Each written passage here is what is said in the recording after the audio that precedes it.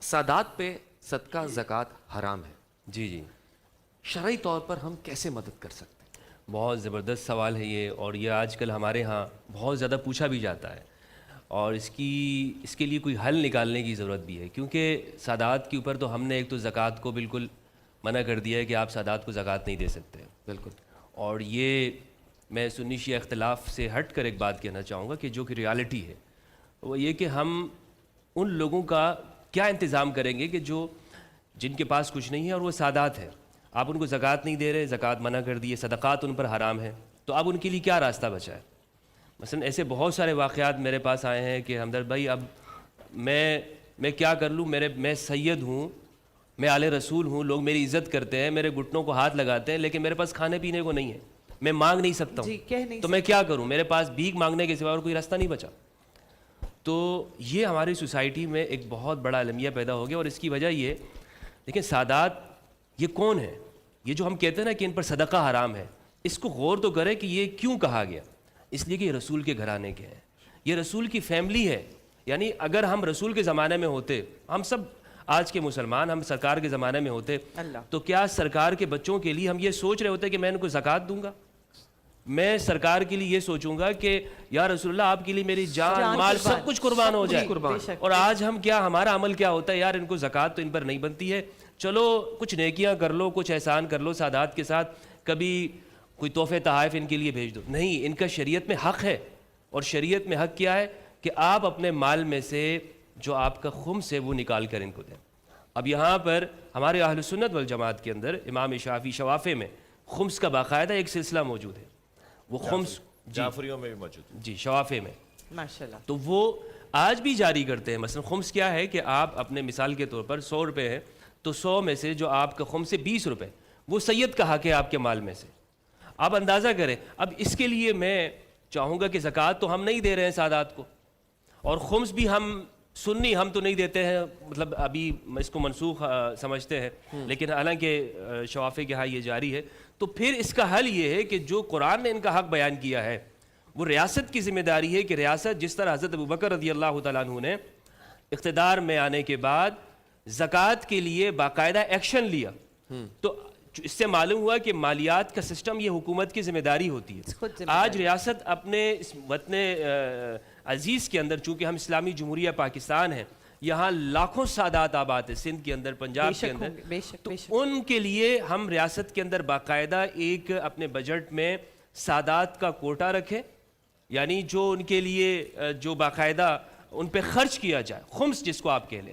یہ ہمارے الحمدللہ مجھے امید ہے کہ پاکستان میں اگر جو مثال کے طور پر یہاں کی انتظامیہ ہے اگر اس جانب توجہ دے گی تو آپ یقین کریں اللہ کے رسول صلی اللہ علیہ وآلہ وسلم سے راضی ہوں گے. بروز محشر پاکستان کے صدر، آرمی چیف، وزیر اعظم اور یہاں کے پارلیمان کے معزز اراکین سرکار کے سامنے کھڑے ہو کر فخر کے ساتھ اپنے سر کو جھکاتے ہوئے کہیں گے کہ یا رسول اللہ ہم نے آپ کے بچوں کے لیے یہ کیا تھا. بالکل بالکل. مفتی صاحب کا مطالبہ میں بھی کروں گا، اور مجھے امید ہے کہ اقبال صاحب بھی، مفتی صاحب بھی مطالبہ کریں گے. ہم یہ پورا پینل پاکستان کی ریاست سے مطالبہ کرے، پاکستان کی حکومت سے، کہ یہ معدنیات میں جو سادات کا حق بنتا ہے، شرعی طور پہ معدنیات میں ان کا حق بنتا ہے. پاکستان کے اہل سنت بہت بڑی تعداد میں مفتیان کرام ہیں جو اس تحریک کو لے کے چل رہے ہیں، شیعہ حضرات لے کے چل رہے ہیں کہ آپ سید تو سید ہے نا، سنی شیعہ تو نہیں ہے نا، سید تو نسل ہے، سید تو خاندان ہے، سید تو نسبت ہے نبی کے ساتھ، سرکار کے ساتھ، اور اکثریت پاکستان میں ویسی اہل سنت سادات کی ہے. تو بات سید کی ہو رہی ہے، اور سید نہ صدقہ لے سکتا ہے، مفتی صاحب ایسا ہی ہے، نہ زکوٰۃ لے سکتا ہے. وہ سید کہاں جائے؟ نبی کے گھرانے کے ساتھ آج بھی زیادتی ہو رہی ہے. نبی کے بچوں کو 50 سال بعد کربلا میں مار دیا گیا، آج بھی ان کے ساتھ مالی استحصال ہو رہا ہے. ہمیں کوئی سسٹم بنانا پڑے گا، ہمیں کوئی نظام بنانا پڑے گا. ان کو ڈھونڈنا دینا مشکل ہے، اس کا ایک پراپر سسٹم ہونا چاہیے. مفتی صاحب کچھ کہنا چاہتے ہیں؟ میں عرض کرتا ہوں یہ ریاست کی بھی ذمہ داری ہے. جو یہ طبقہ ہے پاکستان کا، جو مالدار طبقہ ہے، جو صاحب حیثیت لوگ ہیں، جو ہم اپنے کو دیندار کہتے ہیں اپنے آپ کو، تو حکم تو یہ تھا کہ زکوٰۃ نہیں دو صدقات کو، صدقہ نہیں دو سادات کرام کو. جو اس سے نیچے کا مال ہے، کیونکہ زکوٰۃ صدقہ یہ میل کچیل ہے. سادات کرام نبی کے گھرانے کے لوگ ہیں، بات سید کی ہو رہی ہے، ان کو صاف ستھرا مال دو. تو صاف ستھرے مال سے تو نہیں روکا گیا، تو دینا چاہیے۔ صحابہ کرام کے زمانے میں سادات کرام کا خیال رکھا جاتا تھا، یہاں تک کہ حضرت عمر نے زیادہ مال دے دیا حضرت امام حسین کو۔ حضرت عبداللہ بن عمر نے کہا امیر المومنین یہ کیا ہوا، یہ تو بچے تھے، ہم جاتے رہے غزوات میں، آپ نے ان کو ڈبل حصہ دیا۔ تو فرمایا کہ تمہارا نانا کیا امام حسین کے نانے کے برابر ہے، یہ سوال ہوا۔ تو اس زمانے میں بھی سادات کرام کا خیال رکھا جاتا تھا، حضرت ابو بکر صدیق کے زمانے میں، حضرت عثمان غنی کے زمانے پاک میں۔ یہ وہ پاکیزہ ہستیاں ہیں جنہوں نے ہمیشہ خاندان نبوت کا خیال رکھا ہے۔ تو ہم آج سادات کرام کا خیال رکھ رہے ہیں اور انشاءاللہ رکھیں گے۔ میں تو خیر یہاں وعدہ کرتا ہوں لائف پروگرام کے اندر ہم بہت ادب کرتے ہیں، ہمارے نزدیک سادات کرام کا جو ادب ہے وہ واجب ہے۔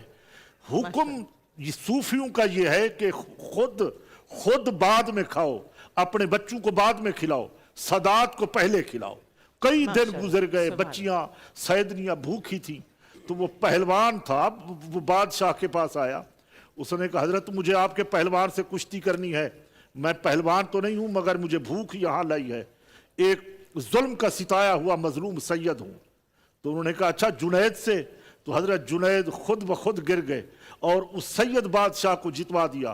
رات کو آقا دو جہاں صلی اللہ علیہ وسلم عالم رویا میں یعنی خواب میں تشریف لائے، فرمایا تم نے جنید میرے خاندان کی عزت کی ہے، ہم تمہیں اولیاء اللہ کا سردار بنائیں گے، ولیوں کا سردار بنائیں گے۔ تو حضور کے خاندان کی خدمت کرنے سے فیض ملتا ہے، برکتیں حاصل ہوتی ہیں، کوئی خالی نہیں رہتا، اس کی خود کی جھولیاں بھر جاتی ہیں۔ تو میں سمجھتا ہوں ہمارے بزرگوں نے یہ ادب کے یہ طریقے رکھے ہیں کہ آج اگر حکومت وقت یہ ریاست کی ذمہ داری بنتی ہے، جو کچھ وہ لے رہی ہے ٹیکس کی صورت میں، ان صورتوں میں، تو ایک حصہ سادات کرام کا الگ رکھے، عزت اور توقیر کے ساتھ ان کو پیش کرے۔ مفتی صاحب پھر یہ مسئلہ جو ہے نا خود